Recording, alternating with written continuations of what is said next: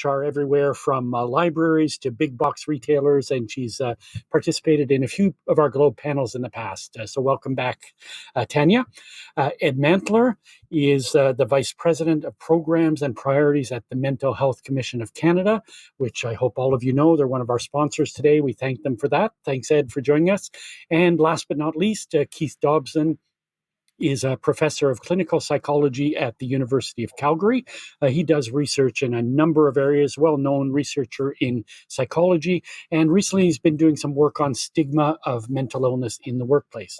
So as you see, we have a really top-notch panel, and I want to jump right into it. And panelists, I want to start with a pretty personal question for each of you, because all of us are trying to cope with this pandemic, how it's changed the workplace, all the demands. It seems we can never turn off work anymore. So I want to know, how are you, each of you, coping? Because I'm hearing from people, my readers every day, I'm burned out, I'm at the end of my rope, I'm running on fumes. So we'll start with some personal tips. How are each of you coping? And I'll just randomly start with Tara. How are you doing? Oh, well, thanks for asking. Not only am I working in a space where I'm thinking and hoping to help out 6,000 ATBers with their mental health, I'm also a full-time working mom with young kids. And so I'm sure many people can relate to the struggle of trying to manage the mental health of you, your kids, your family, trying to keep your resilience up. But basically, I would say the hardest thing for me is to take a lot of my own advice. Well, that's a problem we always have, right? And you mentioned it's particular. This is really hard on parents and mums in particular. Any tips for them that you could offer? Not necessarily what you do, but what you should do. Wow. I would just say to all the moms and dads and spouses and parents, you're doing a great job. If you're even remotely worried about it, that means you're doing a great job. Great. That's a good way to put it. Ed, how about yourself? How are you coping? Coping very well, thanks, Andrea. And I've actually surprised myself. I didn't think that I was cut out for working from home, working virtually, and it's actually gone very, very well. I think the secret for me has been that I'm very fortunate to work for an organization and a CEO that are absolutely committed to mental health in the workplace, to being guided by the national standard on psychological health and safety in the workplace, and that's just made all the difference. Yeah, and we'll talk about some of those topics later, how the workplace has changed, and it looks like you have a good workspace there, so that probably helps a bit. It does, I'm fortunate. Great. And Keith, how are you holding up in Calgary? Actually, again, I think I'm doing quite well, if I say so myself. I'm lucky to work also in a workplace that has very quickly pivoted to allow us to work from home and to provide mental health support. So that's been wonderful. Personally, I've been able to keep up an exercise routine and to do all of the advice or follow the advice that we have. I'm at a different age, so we don't have children at home, my wife and I, but we do miss our children for sure. So that's been a challenge for us, the social disconnect that we're feeling. But generally speaking, I think things are pretty good. The other thing I guess I would say for myself is my wife also is a clinical psychologist. So we're able to do a mental health checkup on each other regularly. Well, that's an added bonus. So thanks. I'm glad you mentioned exercise. I think the exercise component of mental health is really, really important. And last but not least, Tanya, how are you coping? Yeah, I would say I feel a tad tired through this, I would say. Feeling, though, very thankful. Thankful that my family locally and in Jamaica, that they're all healthy, and that makes me feel good. And I think in terms of coping, it's been binge watching the TV with my family. We watch all types of shows, and takes you sort of away from what's going on in the world. So we've been using that as a coping strategy with our kids and with my partner as well. But it's not always easy to push away, right? The work is always there. If it's in your home, you can't get away from it anymore. It's been hard to turn off. Absolutely. Right. So we got the personal. So let's jump into the professional. So people are here for practical advice for how to work their own businesses in this strange pandemic time. So I want to ask you, I'm going to go around again and ask you, what should employers be doing to help their employees cope? You talked about coping personally, but what should your bosses be doing? What should your employers be doing? And maybe I'll start the other way around this way. I'll start with you this time, Tanya. What should employers be doing? Well, I find really it's coming down to prioritizing psychological safety. It's just an essential. It's not an add-on anymore. It really is. It has to be woven into everything that we do. I think without it, we end up having employees who feel left behind or not engaged and mistreated. So I think it's important to listen to them, and when you think you've listened, listen some more. Create the opportunities for them to share and be authentic yourselves, because I find even for my own team, when I'm authentic in sharing, if I'm maybe not having a good day, they're more likely to realize that that's okay to not have an okay day, and they share, and then I'm able to get an insight as to what they're coping with. So I think we have to be very humanistic in our approaches and promote self-care and promote sharing. And is that sharing, is it not more difficult when we're all on Zoom all the time, when you can't just stroll over to somebody's desk?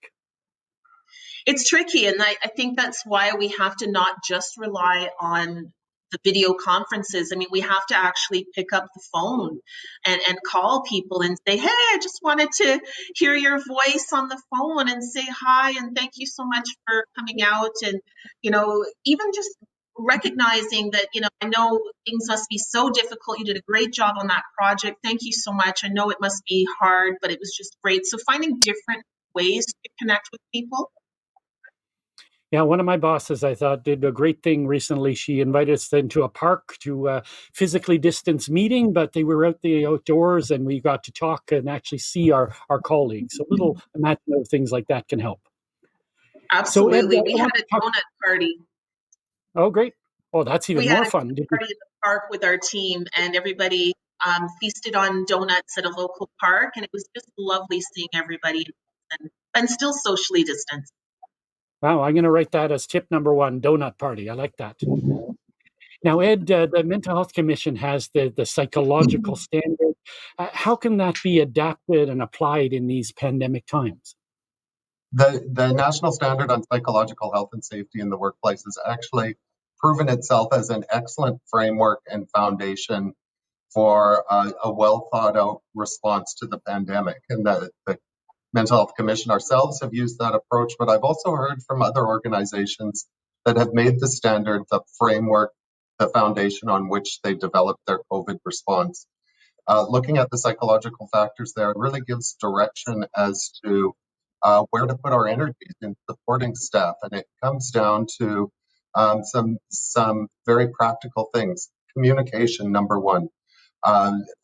Staff are hungry to know what's going on, what decisions are being made, what responses the organization is taking, and why. It's important that staff also have the opportunity to share what their struggles are, their anxieties, what's worrying them, what are they having difficulty with, so that we can talk through, we can mitigate those issues, and we can make accommodation wherever possible. Recognizing people are working from home, they have small children, they need accommodations. I think most importantly, it's natural for people in this situation to be afraid, to be feeling isolated, to have anxiety. These are normal responses to a very difficult situation.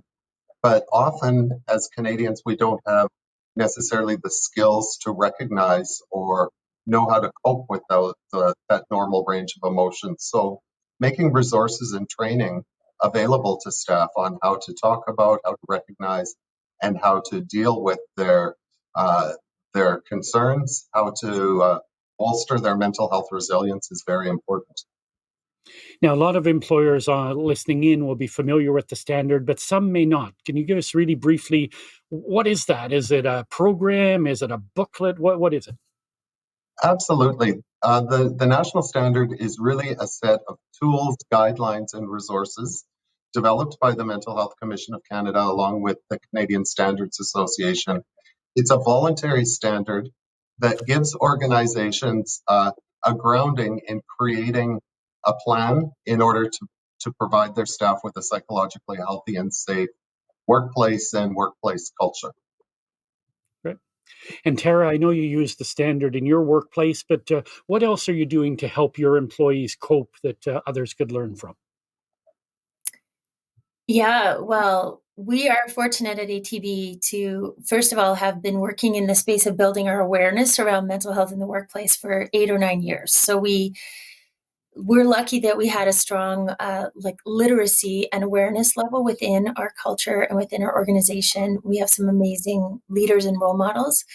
But I would say, perhaps for Tanya as well, but for the people who are working on those mental health strategies, it can be very complex. And then you lean on partners like Ed and the Mental Health Commission to integrate the psychological health and safety standard and amazing training programs.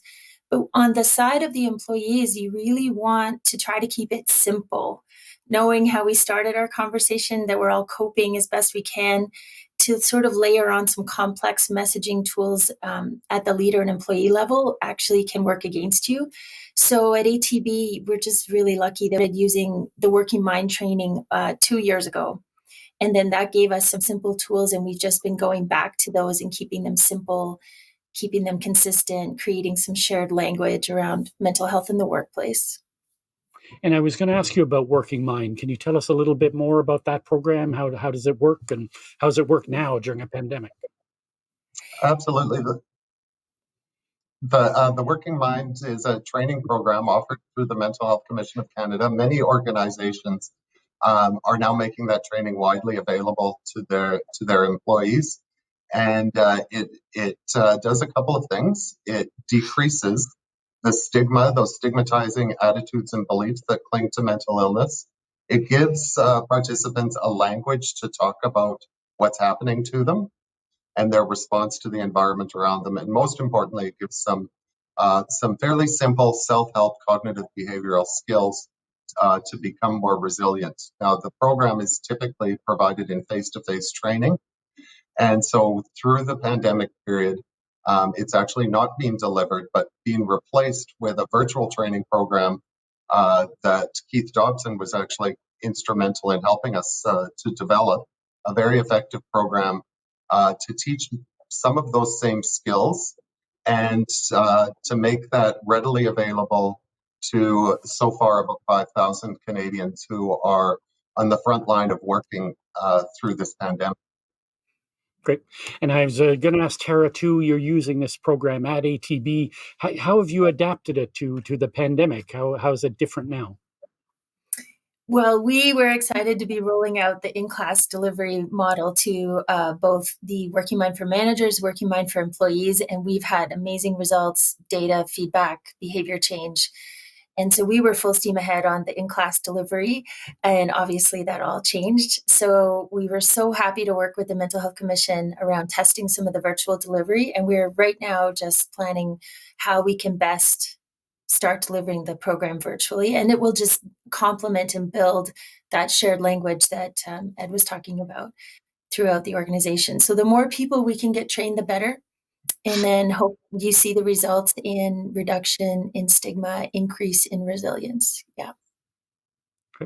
And Keith, it's been mentioned a couple of times that you've been helping out with the move to virtual. So a lot of work HR people do is in person, face to face.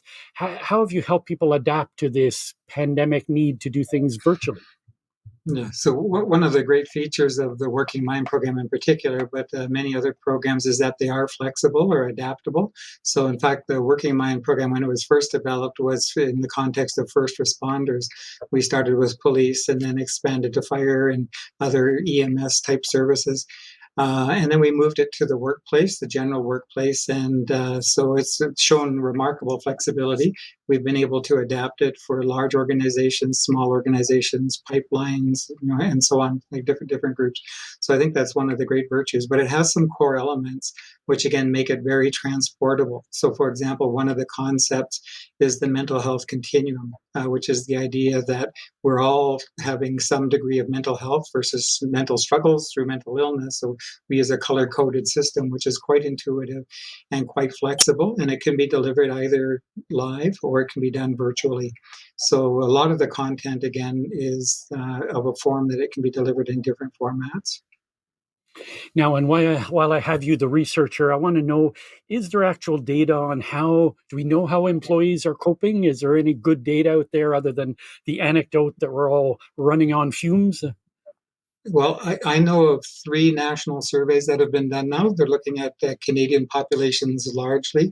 So each about samples of about 1,800. They're self-report surveys, so you have to take them with a grain of salt because they're not diagnostic or looking at actual rates of mental disorders.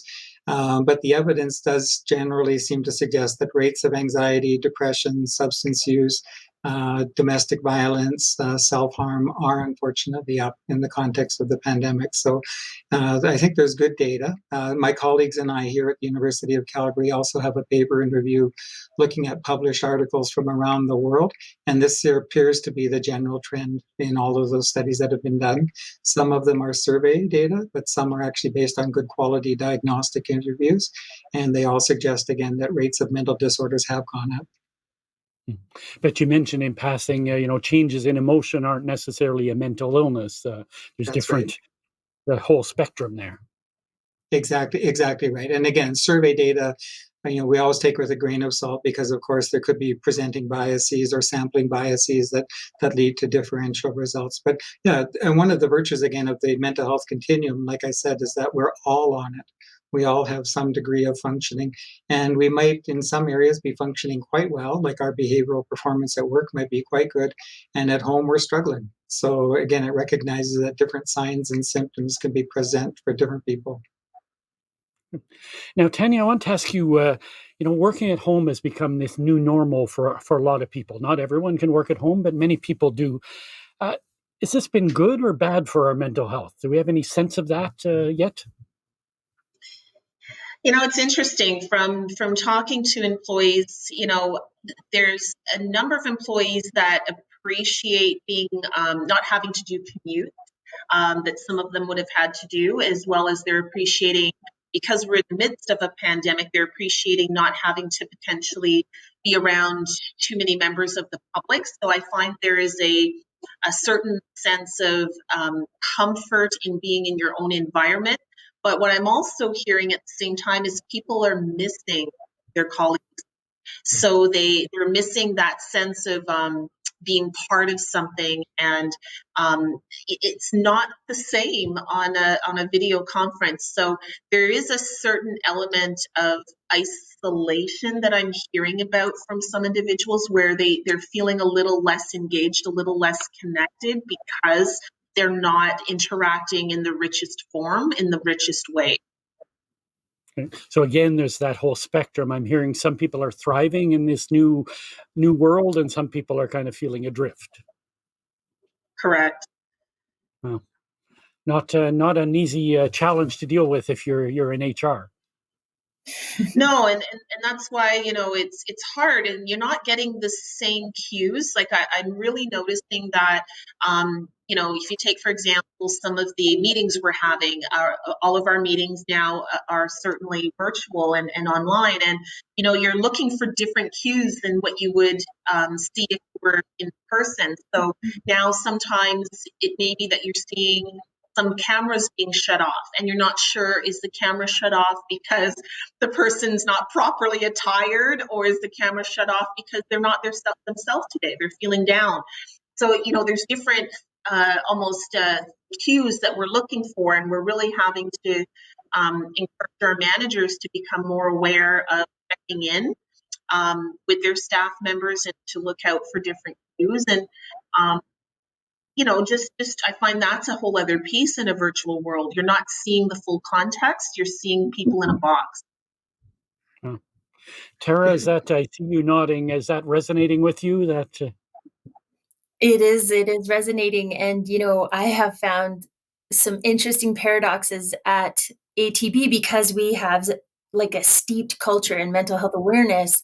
As soon as the pandemic and the quarantine started, I have amazing, passionate, smart leaders, and they were inadvertently overchecking on their employees. And so sometimes I would get a call and people would say, like, is everything okay? My boss is asking me, how's your mental health every day?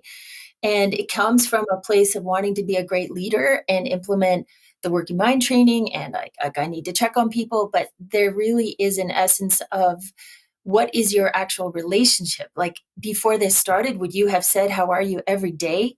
And picking up on the cues that for some people, checking in every day is great. And for others, maybe a little less. And all that did was create this complicated, there's no easy answer by team, by leader, by organization. Unfortunately, you have to navigate those personal relationships. The other thing that weighed into that complicated recipe was I might be doing really well this week, so maybe don't check on me too much. And then next week, my whole world changed upside down at work or at home. And now I'd love it if you check on me a little more. So it wasn't easy for folks at work. Yeah. Maybe we should have been asking about people's mental health back when everyone was in the office a little more. Well, if we could turn back time, but we're here now. We're here now. So pay attention to the cues, Tanya. I couldn't agree more. And if folks are kind of like, yeah, I'm good. The other thing we found really interesting was folks were feeling a pressure to say, I'm doing mentally well, when perhaps they weren't. And so they might start off saying, I'm good, until they're trusting that you do care. And I love Tanya's point again around if a leader can share a little more vulnerability, and that's not to say you have to fall apart in front of your team, but wow, it's been a tough week deciding if my kids are going to school or online, or wow, it's been a rough week about this. You're just opening the door for everyone else. Right. I see you all want to jump in. Keith, I was just going to say, think about how much informal communication also goes on in the office normally, where you just meet somebody in the hallway and you ask, how are you doing? They say, okay. And it looks like a normal kind of reaction that you expect from that person. And you go on your way. You don't have to stop. And you look at Zoom meetings, they're so formal. You have to set them up in advance, and you have a very formal presentation of the way you look. And so the communication is different. So I do think that there is a greater responsibility, and as has been picked up before, Ed made this comment as well, that leaders in particular have a real responsibility, I think, to communicate in multiple ways and in ways that are sensitive to their employees. Great. And while I have you, Keith, we have a whole ton of questions rolling in, but many of them they want to know more about these surveys you mentioned. Everyone is intrigued. No one's seen data. Where can people get these surveys? I can send links if you want. I don't know if there's some mechanism after this to get them out. But different groups have done them. I'll ask that to the Globe folks, and I'm pretty sure we can get the links to people who've registered. So we'll do it that way. Thanks. Yeah, some are getting a bit dated. Okay. Can't be that dated. It's only been 7 months. It does seem like the pandemic's been forever, but it's 7 or 8 months. So, Kenya, I know you want to add on to that. Yeah, I just really, when Tara was talking, I just wanted to add on that, the other piece that I have to mention is added to all of this. I'm really finding that our racialized workers have been duly affected on the mental health side. And, there is really a huge amount of emotional labor and fatigue that's experienced in particular by our Black employees, people like myself, who are not only dealing with the pandemic and just these stressors that come along with that, with their families and their homes, but also with the ongoing social, justice issues and civil rights issues and anti-Black racism and anti-Indigenous racism and the pensions and, just that unique experience that our BIPOC individuals in the workplace are experiencing, and even the allies not knowing what to say and not knowing how to support. I find that also has played into a little bit of sort of some mental health elements as well that I feel has to be mentioned. And sometimes people say they're okay, but they might not be, because sometimes they're feeling like they can't escape from this. They go home and what they're seeing on the news, and then you go to work the next day, and maybe you're not working in an environment where you feel safe in expressing how you're feeling about these things. So I feel that other piece to be mentioned as well through mental health. Yeah, and that's a really important component. It's not just about the pandemic. All the other stuff going on is having an impact on people's mental health at the same time. Okay. Well, thanks for bringing that up. I'm not trying to be rude, but I'm looking down at all the questions coming in. Ed, I want to ask about, I don't know if you're the right person, but I'll start with you. Addiction is an important component of mental health, and people being away from the office, people can be drinking all day, they could be smoking up all day, and you're not going to see it the way you would if they're in the office. How do we deal with that, with the addiction component? That's a great question, Andre. And substance use and mental health really go hand in hand in many ways as responses to what's happening in the environment. We know from some of those early polls that Keith was mentioning that Canadians were reporting using more alcohol, for instance. We know that liquor store sales in Ontario, at least, were at Christmas levels and in March and April and remained high. The importance of remaining connected with your staff, with your employees, even if it's just in a phone call or a virtual Zoom meeting, knowing your people so you can pick up on those subtle cues of what's happening, and as always, asking the question. So many managers and leaders are hesitant to come right out and ask pointed questions about coping, about mental health or substance use, and that's that's part of the key is to have the skills and the confidence to be able to start those difficult conversations, to ask the questions that might be making you nervous. There are a number of resources available, training programs, paper resources or online resources to help managers in their interactions with employees in that way. And Tara, how do you do that? There's obviously employees that you're going to keep an eye on, and you can't keep an eye on them now. How do you manage that, again, with the substance use issue as an example? Well, I'm certainly not an expert in the substance use space, but through my training through the Mental Health Commission, I know that everyone has their own coping strategies. And, there's many people in Canada who would have a healthy drinking behavior, as an example. And that was part of your coping strategies pre-pandemic. So, I think what we should think about is that new environment that actually heightens riskier behaviors. And it's not by design. And so someone who was enjoying their favorite wine, favorite beer, favorite whatever pre-pandemic, and it was twice a week, and now it's 6 times a week, and are they even noticing? So maybe, I guess my non-clinical suggestion would be a healthy, open discussion with a team around the potential dangers of risk and substance use, but without targeting folks specifically as a start. So say I led a team of 10, maybe we could have a roundtable and talk about, we have some data that substance use is on the rise. What do folks think about that? If that happened in your family, what could that look like? And by the way, we have these resources. So I would start with a general conversation to try to open the door a little bit, but make sure you have some resources ready. Okay. And Keith, we have a lot of questions coming in about resilience, and actually a couple surprised me. A couple are saying, "Oh, people are way less resilient these days; they're weaker." Is that true? I don't know of any data that would support that kind of a conclusion, but there is a kind of an irony I've said before in some other interviews that we can only know how resilient we are when we face adversity. And, of course, COVID-19 is an adversity that we're all facing. And so in a sense, we have the opportunity now to demonstrate resilience that maybe we didn't have before. But no, I would say that in general, I've been very impressed with Canadians and how they've been able to change the way that they do things or think differently about situations to manage them in a very effective strategy. So my sense is we've been actually doing a reasonably good job as a society. And there's several questions about people are, this is about the workplace, but a lot of people are worried about their kids and their young adults who can't get work, etc. How do we help employees manage their families on that level? I don't know who wants to answer that easy question.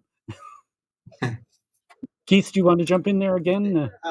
I don't have great advice. I was going to suggest that maybe one of the parents would like to speak to this issue. Yeah, go ahead, Sarah. Yeah, well, it was interesting because while I was listening to Keith speaking about resilience, I thought, my inspiration for resilience is really to look to the kids. I don't know about the other panelists or your listeners, but in general, I found the kids are complaining a lot less about the protocols, and the kids are taking it more in stride. Not all of them, and it's not a general statement, but I look to my kids to show me how resilient they are. They love the masks, they love the hand sanitizer, they understand the physical and social distancing. But to support parents specifically, and honestly, I don't necessarily think parents have the worst of the stress or anxiety post-pandemic. Each group has its own unique factors. But if I can speak from a place of living and trying to manage the mental health of employees and being a working parent, it is flexibility.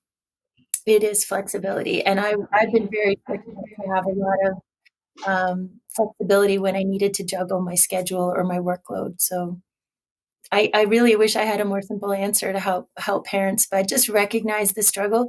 And also, I would say don't ignore the other demographics. So I've been in lots of meetings where there's people that don't have kids. And if you start just focusing on, oh, geez, it's so stressful for the parents, I mean, it's really not fair. There's a lot of stress that could come from, for instance, living alone. I think that demographic also had an extremely different experience during the pandemic. Just one example. All the demographics had their own issues to manage. And Tanya, did you want to build on that a bit? This worry, your employees are worried about their kids. How do you to cope with that secondhand stress, if I could put it that way? Yeah, I would say we got more accommodation, like sort of scheduling accommodation requests when it was seeming that the workplace would sort of somewhat reopen some of the doors. We certainly had parents that were saying, I don't even know what's going to happen in September, so I'm going to need some flexibility. So I did see an increase in sort of very reasonable scheduling accommodations. I think parents are worried. I would agree that with Tara saying that the kids are they're just going with the flow. They're putting on their masks. But I would say as a parent, the parents are worried for the children and the uncertainties of what school is going to look like, or if you're not sending your child to school, being uncertain as to the quality of their learning that they're going to get online, and if my child will be that type of learner that will thrive in an online environment. So I think there's an element of fear that parents are experiencing that they may not have experienced before this. That's going to impact their mental health. So we talked a lot about the present. So I want to spend the rest of our time talking about the future, because there's a lot of questions. People are wondering, what supports are my employees going to need when we finally get back to some semblance of normalcy? Is it going to be different? Ed, are things going to be different, or are we going to have a different standard, a different set of rules in this new world? I'm quite confident that things will be different, that our workplaces will never quite return to what they were pre-COVID. But I'm also confident that the national standard on psychological health and safety in the workplace continues to provide the right guidance. And it helps us to focus on the things that employees really need the most, things like ongoing clear leadership and expectations, protecting their personal physical safety as well, providing psychological and social supports, providing psychological protection, through reassurance, through training, ensuring that workloads are manageable and there's an opportunity for work-life balance, taking into account flexible accommodations for those that we've been mentioning, people with families and so on. So while we will likely never return to quite what we had before, maybe that's not entirely a bad thing, and I think that the national standard can really guide us into a better place than we were. Okay.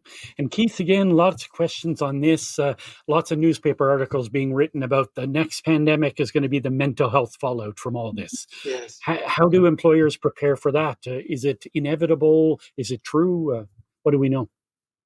Yeah, this is a really difficult question to anticipate the answer to. But when the pandemic first broke, many of the mental health people were saying, yes, we're going to see huge spikes in anxiety and stress. And certainly that's come to pass.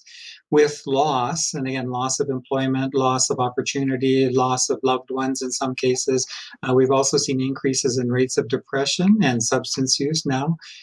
There's a prediction that rates of hostility will go up, especially as the pandemic, if it continues.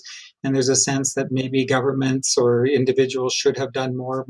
My employer should have protected me in ways that they haven't done. So there may be some more increased rates of anger and incivility. So again, there are different predictions that are going on.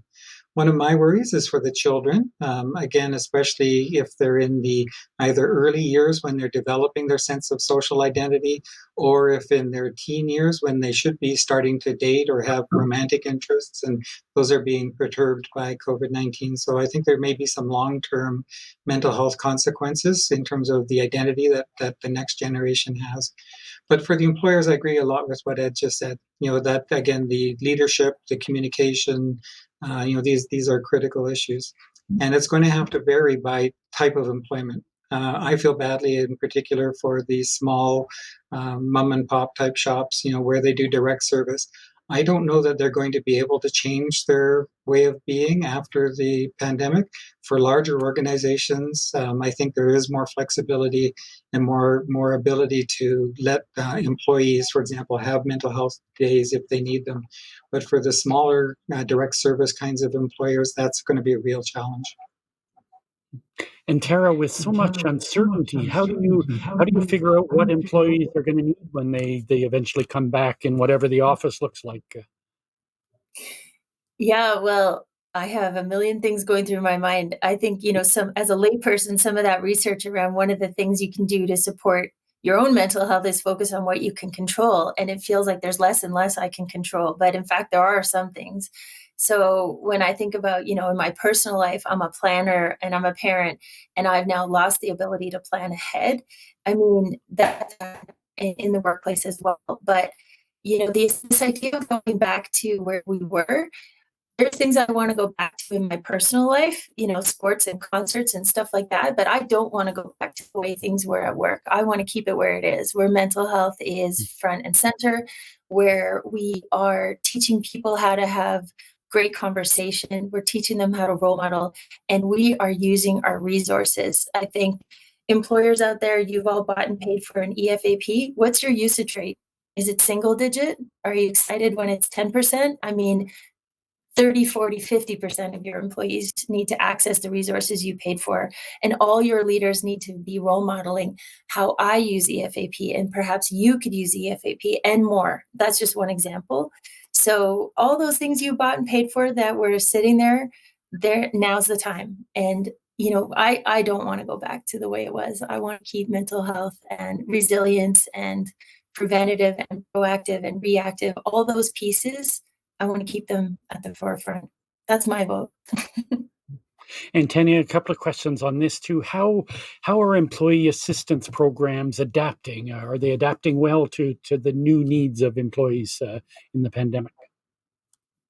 Well, what I'm seeing more microsites being developed. So sort of mini sites that the employee assistance program providers are developing that will focus very often specifically on mental health or specifically on substance abuse. So I'm seeing that offering more. So I'm also seeing there was a provider that I see, they have almost like a mental health, self-regulated incentive type things that employees can log in and do, and then you get sort of incentivized to do your check-ins on how you're doing for your self-care, and the incentive is you might get like, a 5% discount at some sort of retailer.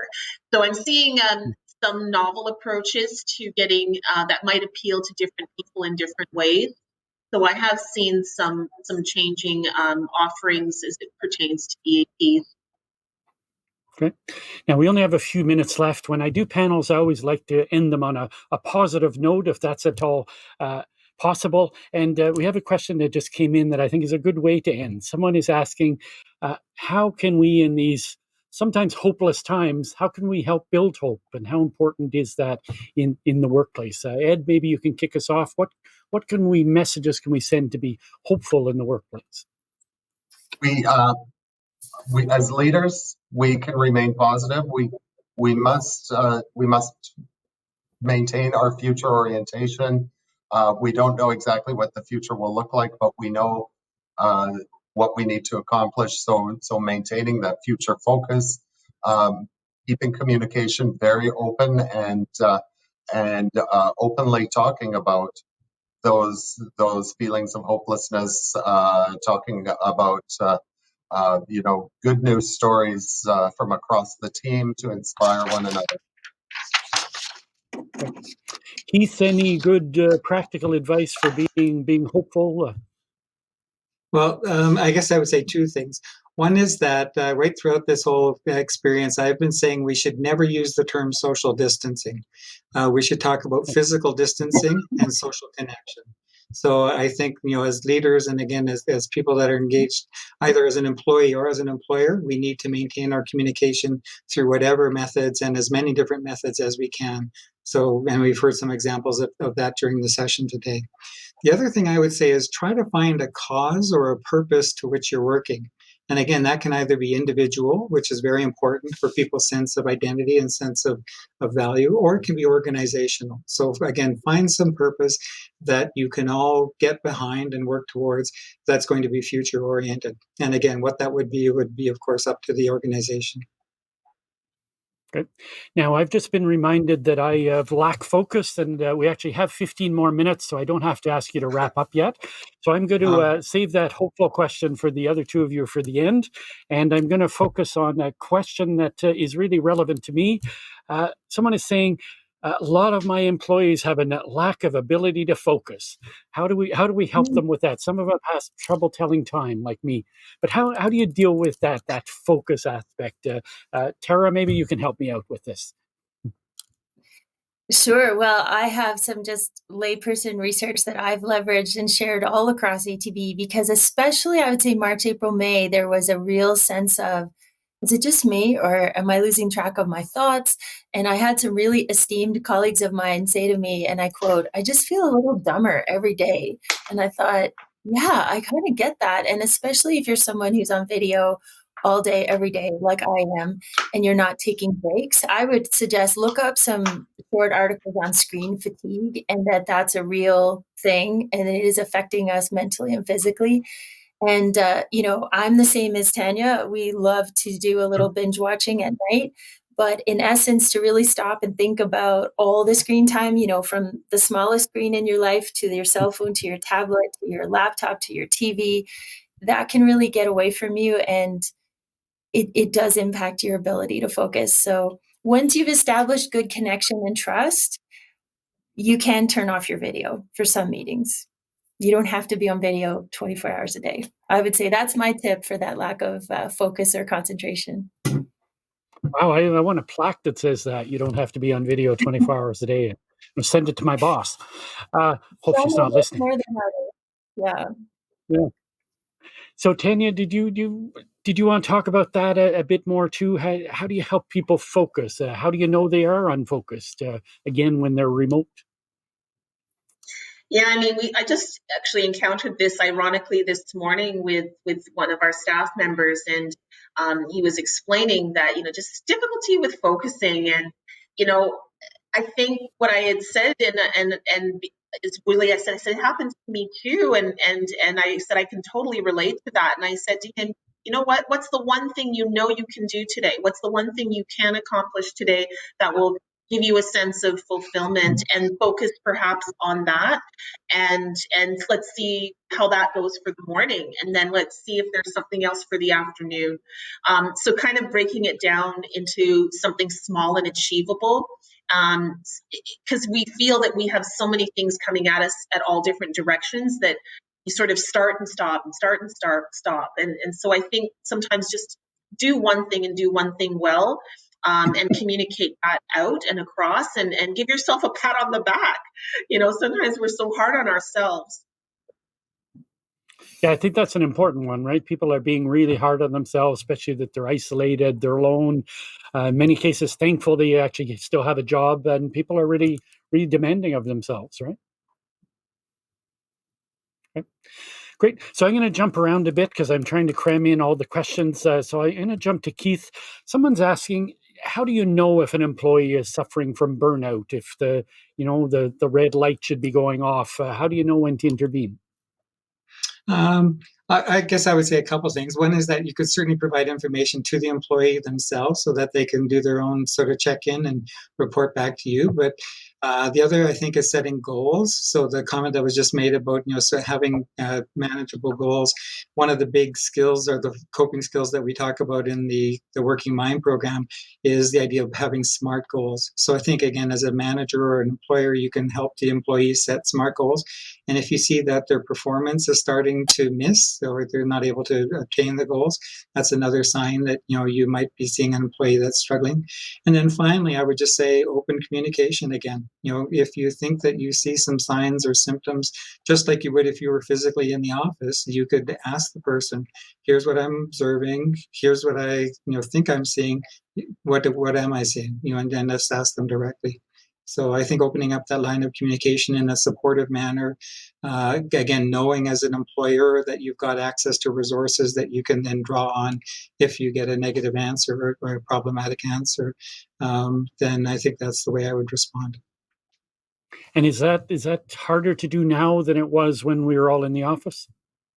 Almost certainly, because of course in the office you can have those informal communications, you can have the side chat, you can stop by somebody's place, and so you can't do that as easily for sure in the context of the pandemic. The other thing is Zoom again is a very formal kind of a way of communicating, right? Any kind of video chat is a very formal way of communicating, and again, a lot of people are uncomfortable, I think, talking about themselves, as we've heard again in this panel. So I think again, sometimes using other communication devices like telephones simply, is a better strategy for asking some of these questions. Ed, I'll throw this question at you. Somebody's saying, all these training programs, all the stuff you're recommending is great for big businesses who have the resources. What about little small businesses? How do they take advantage of this training and these standards? How does it work for them when there's no money to spend on this? Andre, the silver lining of being part of a pandemic, a pandemic that's affecting the whole country, is that you can be assured whatever you're experiencing or whatever your staff are experiencing, someone else has had that experience as well. And that means that there are tools and resources that have been developed and are available. Many organizations, through their human resource departments or their EAP programs, have tools and resources that are available and accessible. Organizations like my own, the Mental Health Commission of Canada, Canadian Mental Health Association, and others have established COVID response portals, resource hubs, where all of these curated tools and guidelines and bits of information are available free of charge.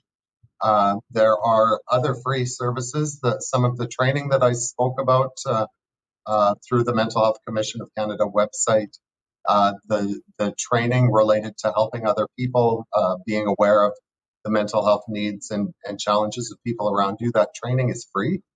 It's available at no cost. It's provided online in a couple of hours, and through the Mental Health Commission website, you can sign up for that training. There's also another resource. Health Canada has put out a resource called Wellness Together Canada, and it's a free resource online, and it's a tool to help individuals assess their own mental health and link to resources if those resources are needed and would be helpful. So there are a number of free available tools around. Okay, and we'll try to provide those links as well to participants along with Keith's survey data from earlier. Now, Tara, somebody has a specific question for you, so I can't deviate from that. They're wondering, should we be doing performance appraisals now? And if so, should they be different given the circumstances? Wow, that's a hard question. Yeah. Okay, here's the thing. If your company's still in business during a pandemic and economic crisis, then you have to keep performing and you have to keep moving forward. So on the one hand, there's a lot of stress and strategy around how to keep business moving forward. On the other hand, there's a lot of stress and strategy around, are my people suffering? Are they able to perform? I think what I would say is you need to think about that Sorry. employee performance. It's okay. Pre-pandemic, right? Pre-pandemic. And so one thing that was said to me that was really helpful is about the equity that you bring to the company. So let's just say you were a good performer, great results, great effort, and then the pandemic hit and you were managing someone in long-term care and kids and so forth and so forth. So think about pre-pandemic performance, let's say, and have some grace and have some flexibility for what might be happening now. On the other hand, I have a lot of empathy because you do have to keep the company moving forward, and that's just a fact of life. So again, I mean, it sounds like this is the answer to every question. It's very difficult to navigate. So if you have a standing performance process or rhythm or schedule, might it be relaxed or adapted this year? Probably.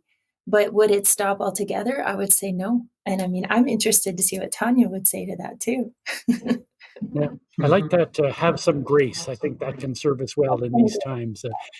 Tanya, did you have some comments on that? Yeah, I tend to agree, Tara. Like, I find that we still have to have performance and a certain level of productivity, but I think you'd want to continue to position your performance management processes, in a way that is not punitive. So the whole intent behind performance management should be around SMART goals, goal setting to help provide clarity on what it is that we're trying to achieve. But you have to be flexible. I know one of the things that we did is early on in the pandemic, we did ask all of our leaders to look at some of the existing goals that they had established and is that realistic any longer? And asking them to revisit them with their staff. And so it became a collaborative process, and that collaborative process is going to continue. So I think that hopefully most workplaces have already worked at redefining performance management as a two-way process, as a collaborative process, and actually keeping it iterative this year is so important because you have to be flexible this year. So I think that you would still have it, but you would be very flexible and doing some adjustments as you go. And Tanya, I'll throw another easy question at you. Someone's asking, in these economic circumstances, lots of people are being laid off, their hours are being cut back. That's doubly difficult to do, I guess, at a distance. Someone said, one of the questions, like, it feels like being dumped by text. They made that analogy. I wonder, do you have to, how do you deal with employees being laid off and stuff? It's different now than it was before?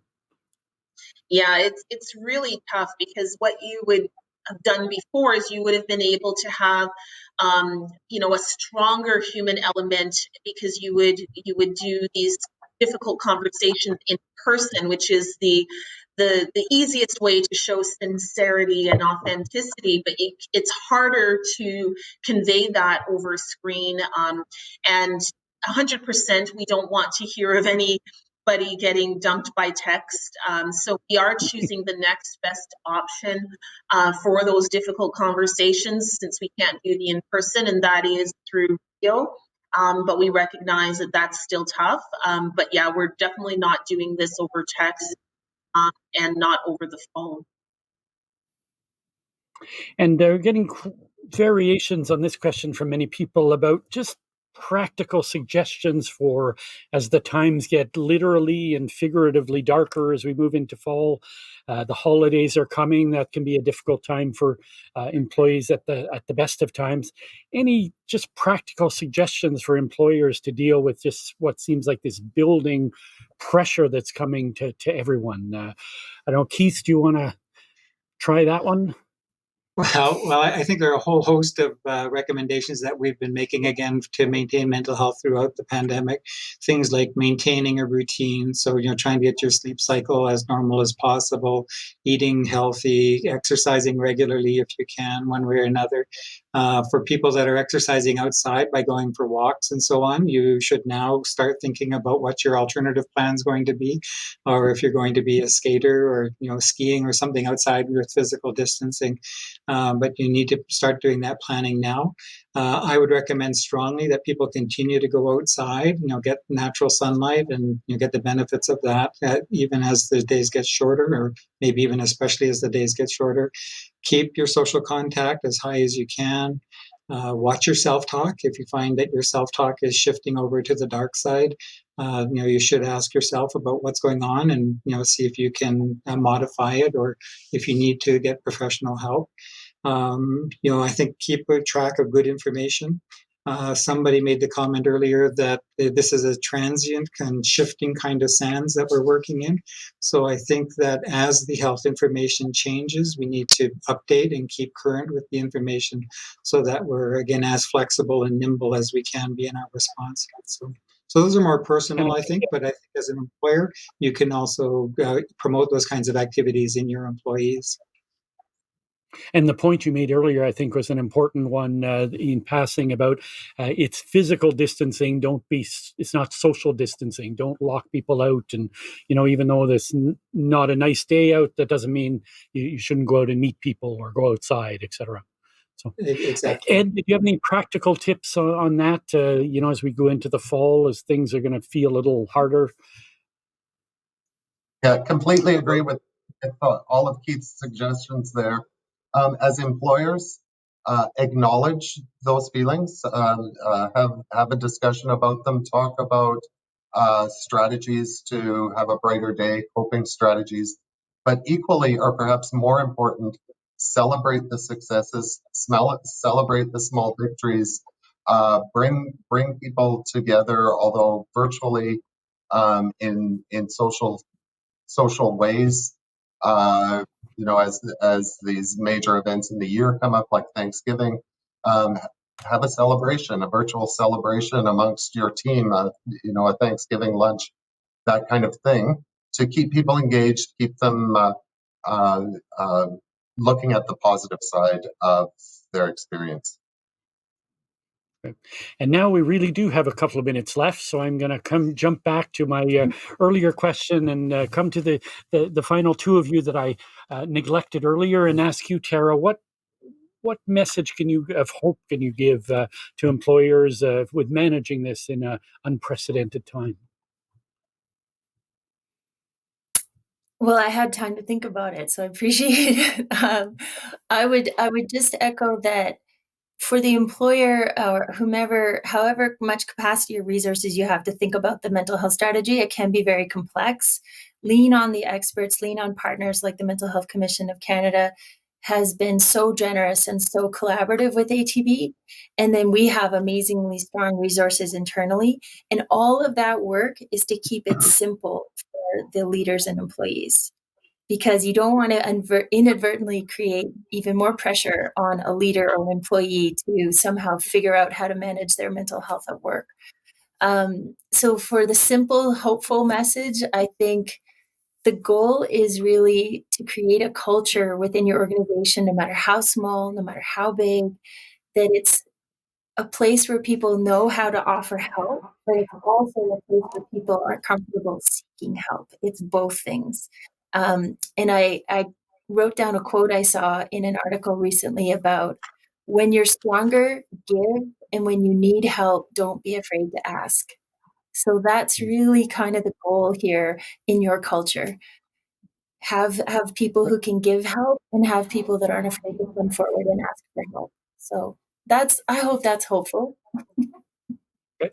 And Tanya, we'll leave the final hopeful words to you. Yeah, when you were thinking of quotes, there was a song by Lauryn Hill, and in one of the songs, she says, "After winter must come spring, change will come eventually." And I often sort of will think about that song. And it's true, you know, there's always a spring. There's always a spring after winter. So we're going to get through it. And we'll bundle up in the winter and we'll get through to the spring. So I think for me, it's use the resources. There are a ton of resources out there. The Mental Health Commission of Canada, some of my favorite resources have come from there. I've got amazing resources from Workplace Strategies for Mental Health. Their website, hosted by Canada Life, has also a number of free resources and tools. And you know, there's many things out there that are free and that are accessible. So it's a matter of utilizing them, really. Great. So for me, the final word, I just want to thank again our panelists for their excellent, thoughtful responses. Keith Dobson, Ed Mantler, Tanya Sinclair, Tara Adams, thanks for joining us today. This is the point where you're supposed to be hearing wild applause from everyone who's online, but that's one of the things we don't hear anymore is applause. So I'll give you this kind of applause that we do virtually now. And again, thank you for being there, and thank you for the many, many people who logged on today for joining us. And we'll make sure we get those links to you. So thank you, and stay safe, everyone. Thank you. Thank you for having us.